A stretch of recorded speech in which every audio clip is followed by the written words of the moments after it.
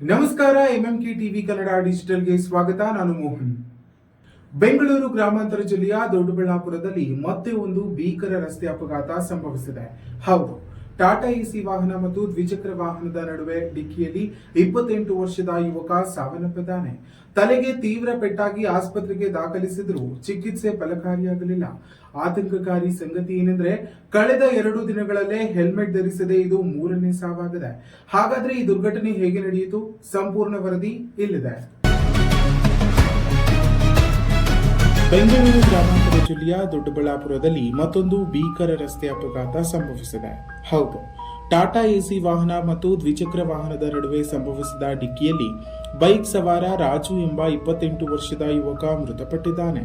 ದೊಡ್ಡಬಳ್ಳಾಪುರದ D cross ಬಳಿ ಈ ದುರ್ಘಟನೆ ನಡೆದಿದ್ದು, ಅಪಘಾತದ ವೇಳೆ ರಾಜು ಅವರ ತಲೆಗೆ ತೀವ್ರ ಪೆಟ್ಟಾಗಿದ್ದು ಕೂಡಲೇ ಸ್ಥಳೀಯರು ಖಾಸಗಿ ಆಸ್ಪತ್ರೆಗೆ ದಾಖಲಿಸಿದರು.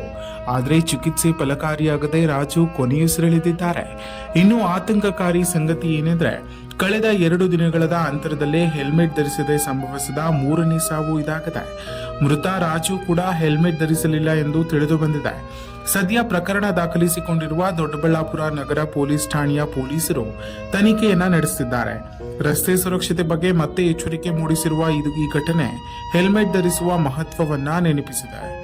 ಇನ್ನಷ್ಟು ಸ್ಥಳೀಯ ಮಾಹಿತಿಗಾಗಿ ನಮ್ಮ ಎಂಎಂಕೆ ಯೂಟ್ಯೂಬ್ ಚಾನೆಲ್ ಅನ್ನು ಸಬ್ಸ್ಕ್ರೈಬ್ ಮಾಡಿಕೊಳ್ಳಿ.